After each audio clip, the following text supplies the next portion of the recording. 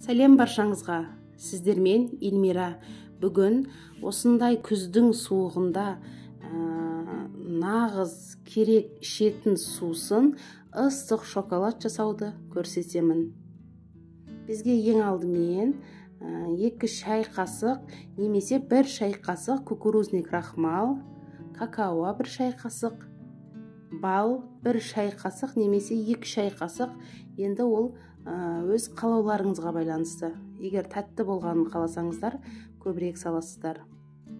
Барлығын жақсылап араластырамыз. Кішкене сүт қосып алып, бірінші жақсылап араластырып аламыз.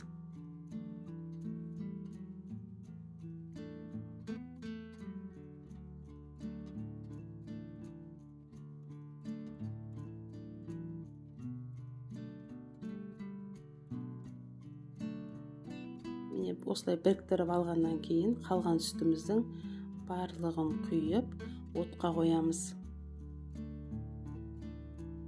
Міне отқа қойған кезде жақсылап араластырып тұрамыз. Арасында түйіршіктері болмауы керек. Сүтіміз ысый бастағанда шоколадты саламыз. Араластырамыз.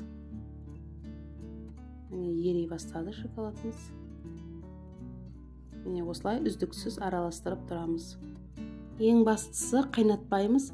Қайнай бастағанда оттан аламыз. Міне ыстық шоколадымыз дайын болды. Қараңыздар, иісінің өзі қандай тамаша. Күннің осындай салқынында дайындап ішіп көріңіздер. Ыстық шоколадымыз дайын болды. Ыстық күйінде ішсеңіздер өте тамаша. Неке қараңыздар, қандай қою. Осылай ішсеңіздер де болады, немесе үстіне шоколадты үгітіп салсаңыздар, немесе осылай мен маршмеллоу салдым.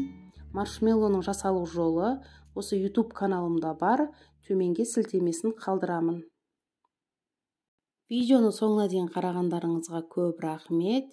Видеоларым ұнап жатса, төменге пікір қалдырып отырыңыздар.